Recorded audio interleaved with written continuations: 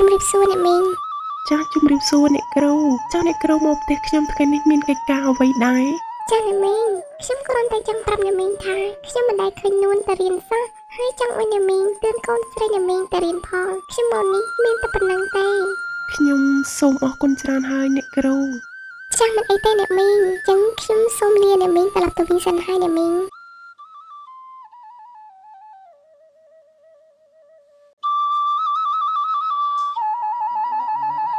នួនកូនបាត់តាណាហើយកូនមិនទៅរៀនហើយស្មានតែទៅមកដល់ផ្ទះកូននិយាយមកមើលខ្ញុំទៅណាក៏បានដែរឲ្យតែខ្ញុំមានក្តីសុខម៉ែចង់ឲ្យខ្ញុំនៅតែផ្ទះហើយទៅរៀនតែមិនគ្មានលុយឲ្យខ្ញុំរៀនផងហ្នឹងម៉ែគិតថាខ្ញុំមិនចេះខ្មាស់ទេមែនតែម៉ែសួរតែឯងនេះគឺដោយសារតែម៉ែប្រាប់ពីឯងជាកូនរបស់ម៉ែបងមិនប្រាប់ឲ្យម៉ែទៅប្រាប់នរណាគេបានហើយម៉ែខ្ញុំអត់ចង់ស្ដាប់ម៉ែនិយាយទៀតខ្ញុំធុញខ្ញុំហត់ណាខ្ញុំចង់សម្រាប់នួនប្រាប់ម៉ែសិនមកកូននួន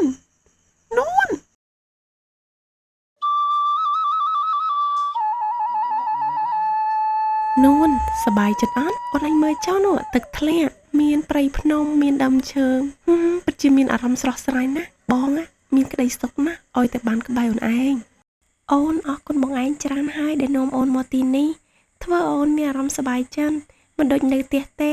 ធុញម៉ែណាប៉ុន្តែជេរថាអូនចេះអូនចោះកុំគិតច្រើនអីអូនបងសន្យានឹងអូនឯងនឹងមើលថែអូនឯងឲ្យបានល្អបំផុតអូនសូមអរគុណបងឯងច្រើនហើយដែលតែងតែយល់ចិត្តអូនមករហូតនួនហេតុអីកូនធ្វើដូច្នេះហេតុអីកូនមកដើរលេងជាមួយប្រុសតែពីរនាក់មកឈររលាកគៀកក្រោយគ្នាកូនមានចេះខ្មាស់គេអត់មានយកខួរមកគិតអត់ដឹងទេថាម៉ែខ្មាស់គេប៉ុណ្ណាពេលដែលកូនធ្វើដូច្នេះឯងកុំគិតណាថាវាស្មោះត្រង់នឹងឯងតែខ្ញុំស្រឡាញ់បងរៀងមានអីឲ្យគ្រប់យ៉ាងម៉ែមានអីឲ្យខ្ញុំខ្លះក្រៅពីគ្មានលុយឲ្យខ្ញុំទៅរៀនហើយតែមិនចេះខ្ញុំញ៉ាំទៀតខ្ញុំមិនចង់នៅជាមួយម៉ែទេចាំពីថ្ងៃនេះតទៅនួនទៅតែយើងវិញទៅកូនឲ្យម៉ែសុំតោមុននេះដោយសារម៉ែខឹងកូនឯងពេកនួនទៅតែយើងវិញទៅណាកូននួនកុំទៅចោលម៉ែនួនកុំទៅចោលម៉ែកូននួនកុំទៅចោលម៉ែកូននួនស្មានហើយតើកូននៅឯណាកូនសុខសប្បាយឬក៏អត់ម៉ែពិតជាបារម្ភពីកូនណាស់សូមទេវតាជួយតាមថែរក្សាកូនស្រីខ្ញុំផងនាងនៅក្មេងណាស់មិនដឹងអីទេសូមនាងជួបតែសេចក្តីសុខខ្ញុំពិតជាមានសេចក្តីព្រួយបារម្ភចំពោះនាងខ្លាំងណាស់មិនដឹងស្មាននេះនាងយ៉ាងម៉េចមកហើយទេអើយអ្នកច័ន្ទឆោធ្វើអីហ្នឹងដូចត្រៀមក្រំដល់ហើយ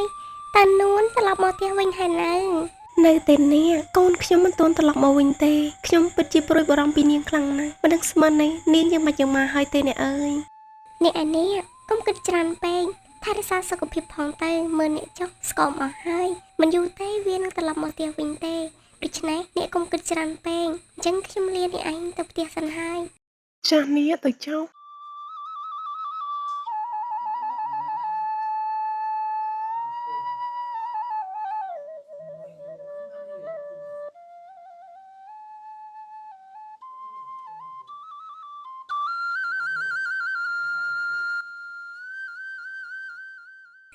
ឡានអ្នកណាគេមករកស្អីអញ្ចឹង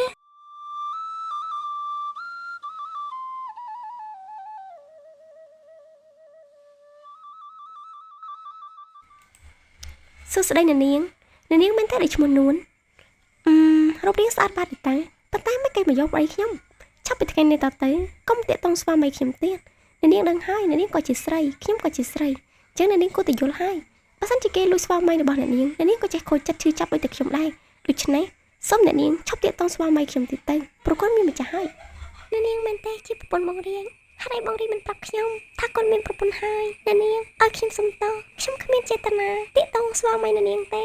មិនអីទេខ្ញុំមិនប្រកាន់ខឹងនឹងរករឿងនាងទេចាប់ពីថ្ងៃនេះតទៅនាងដឹងហើយអញ្ចឹងនាងដកខ្លួនឲ្យតែកុំថានាងខ្ញុំមិនបានប្រាប់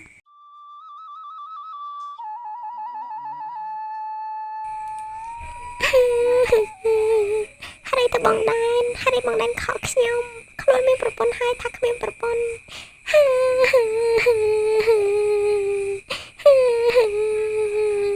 ម៉ែឲ្យកូនសុំទោសកូនមិនគួរណាធ្វើខុសសោះមិនគួរណារត់តាមប្រុសទុកម៉ែចោលឲ្យកូនសុំទោស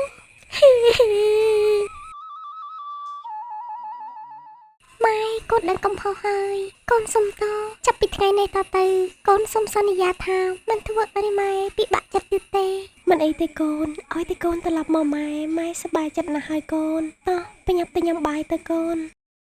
កូនសូមអរគុណម៉ែច្រើនហើយដែលម៉ែព្រមអត់ទោសឲ្យកូនរាល់កំហុសដែលកូនបានសាងកន្លងមកនេះកូនសូមអរគុណម៉ែខ្លាំងណាស់មិនអីទេកូនអ្នកណាក៏ធ្លាប់ខុសដែរកូនត្រឡប់មកផ្ទះវិញម៉ែពិតជាសប្បាយចិត្តបំផុតហើយចាស់ម៉ែ ញ៉ាំឲ្យច្រើនទៅកូនម្ហូបទាំងនេះគឺជាម្ហូបដែលកូនចូលចិត្តម៉ែបានធ្វើសម្រាប់កូនទាំងអស់ហ្នឹង ចាម៉ែកូននឹងញ៉ាំស្នាដៃរបស់ម៉ែឲ្យអស់កូនស្រឡាញ់ម៉ែជាងគេលើโลกនេះញ៉ាំបាយលឿនៗទៅកូនប្រយ័ត្នត្រជាអស់លែងឆ្ងាញ់ម៉ែក៏ស្រឡាញ់កូនឯងដែរម៉ែម៉ែពិតជាឆ្ងាញ់ណាស់កូនចូលចិត្តញ៉ាំម្ហូបម៉ែជាងគេម៉ែចាប់ពីថ្ងៃនេះតទៅកូនឈប់ធ្វើឲ្យម៉ែពិបាកចិត្តទៀតហើយល្អហើយកូនចាប់ពីថ្ងៃនេះតទៅយើងនឹងរស់នៅជាមួយគ្នាយ៉ាងមានសុភមង្គលណាកូនចាម៉ែ